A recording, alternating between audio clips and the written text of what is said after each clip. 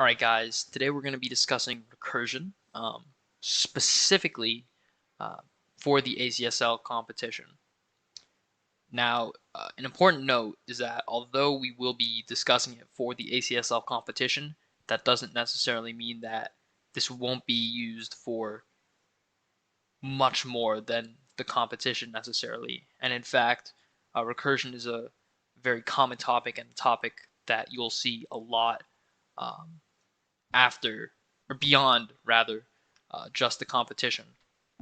So just note that although this video was made with the intention of being used for the ACSL, it will be much more useful than that in the long term. A second note is that this video will be split up into two parts. In the first part, I'm going to give a quick, very simple, by no means super in-depth um, refresher on what recursion is for people who might not know. And in the second part, I'll be going over some practice problems and solving them so that people can understand how to solve problems that might appear in the ACSL and beyond. So in this first part, which is a very quick refresher on recursion, the big question we have to ask ourselves is, well, what is recursion? And recursive functions are functions that call themselves.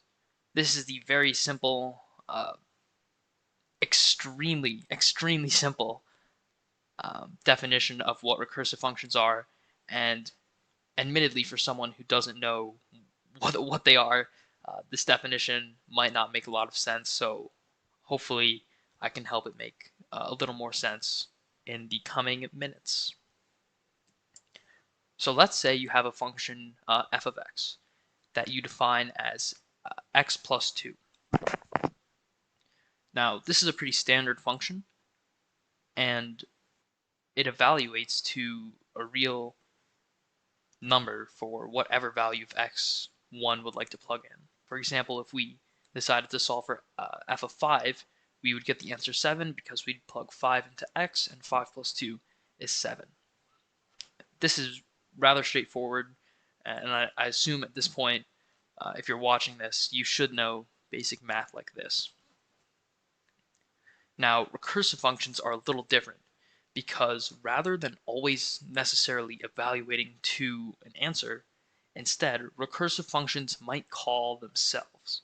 So as you can see here, this is a very simple recursive function, and we can see that whenever the value of x that we're plugging in is greater than 1, the function will call itself with a different value of x. And it's very important to note here that this is a piecewise function. That is, it has two parameters. So when x is equal to 1, this will evaluate and you will get a number. And when x is greater than 1, it will call itself again, and there's a little extra bit there, plus x. Now, I'll go over why it's super important to have a base case a little bit later. But for now, what you should understand is that it will call itself. So for example, if we wanted to evaluate f of 2, well, 2 is greater than 1, so we'd have to evaluate this first case of the piecewise function. And yet, this calls f of 1 plus 2, so we'd also have to evaluate f of 1 as well. Moving on, I'm going to go into a very simple example, and a very famous example of a recursively defined function. This is the Fibonacci sequence. That is the sequence of numbers that goes 0, 1, 1, 2, 3, 5, 8, etc. Now, as you can see here, we want to find the nth number in the Fibonacci sequence, and we can do that by using this recursive function. So for those who don't know, the nth number of the Fibonacci sequence can be found by summing the n minus 1th number and the n minus 2th number. That is the two numbers that precede it. So that's how this recursive function works. It finds the value of the number before it and the second number before it, and it sums them. Now there are a few things to note. We know that the 0th number is 0, and we say that the first number is 1. So our base case here, if n is less than or equal to 1, is n, because if n is 1, it'll be 1, and if n is 0, it'll be 0. Now, let's say we want to solve for f of 5. we could represent that via a tree, just to help us understand. So here we have f of 5. And now if we were to plug this into this equation that we have down here, we know that 5 is greater than 1. So f of 5 would actually be f of 5 minus 1 plus f of 5 minus 2. And this gives us f of 4 and f of 3. Once again, we need to evaluate what f of 4 and f of 3 are, as these don't have any concrete answers yet. So let's say we wanted to evaluate f of 3 first. F of 3, well, 3 is greater than 1, so this would be f of 3 minus 1 plus f of 3 minus 2. And this yields f of 2 and f of 1. Once again, f of 2 does not have a concrete value, so we need to evaluate f of 2 as well. F of 2, well, again, 2 is greater than 1, so f of 2 would be f of 2 minus 1 plus f of 2 minus 2. And this yields f of 1 and f of 0. Now, it's important to note here that f of 1 and f of 0 are what's known as base cases, because they actually evaluate to a number rather than calling the function again. So here, well, 1 is obviously less than or equal to 1, so there will be a value for it, and the same can be said of 0. It's very, very important to have these base cases, because if we didn't have this initial condition, and if there wasn't this second if condition here, then this would keep going on forever. If we didn't have this first condition, and we decided to call f of 1, well, this would yield f of 0 plus f of minus 1, and it would just keep calling itself over and over and over, because you would never reach a point where these base cases exist and it's evaluated, as opposed to calling itself. Now once again, f of 1 and f of 0 are the base cases, and so we can see the base cases here. The next step is to actually evaluate them so that we can travel up the tree that we've just built to ultimately find f of 5. These evaluate to 1, 0, 1, 1, 0, 1, 0, and 1, because that was defined in the function we had earlier. Now, what was also defined in the function we had earlier was that the values above each of these base cases could be found by summing the two values below them. So for example, f of 2 here could be found or evaluated by summing f of 1 plus f of 0, which we know to be 1 plus 0. Therefore, f of 2 would actually be 1. So if we were to do this for all of these, we'd end up getting this.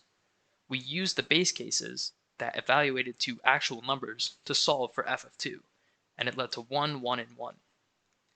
Notice that the direction of the arrows is flipped, because before, when we were trying to simply find out what functions to call, now we have values, and we can work up this tree to find values. Moving forward, we can do this for all of these nodes on the tree to find an ultimate value of 5. This tree should illustrate two things. One, it's very, very important to have base cases. Otherwise, your tree will extend infinitely, and you'll reach what's called maximum recursion depth on your computer. That is, your computer won't let you recursively call functions anymore. And it's also just in poor taste and poor practice, because if you can't solve for something recursively, why even bother doing it? Secondly, it should show you that a general way to solve these recursion problems would be to work down to your base cases, and then using the values of those base cases, you work up to find the initial function. Here's how the Fibonacci sequence can be represented in Python. This is really just to show you how we can apply math stuff into coding. So here we say def Fibonacci, and the argument here is x, and if x is less than or equal to 1, we return x. This is the base case. And otherwise, we return Fibonacci of x minus 1 plus Fibonacci of x minus 2. And what this essentially does is represent the tree that we had in Python. Now, an important thing to note here is that virtually anything that can be represented recursively can also be represented iteratively. The reason one would choose to represent something recursively as opposed to iteratively is simply because it's elegant, it's easier to read, it's perhaps less complex, and it's easier for the coder to understand their algorithm recursively as opposed to having what may be a complicated iterative algorithm. And you can see that via this example. This code is very simple and pretty easy to understand if you actually know what you're reading and know what recursion is. Now let's move on to some problems so we can further our understanding and solidify our understanding of how recursion works, and also gain some understanding about the types of problems we'll see in the ACSL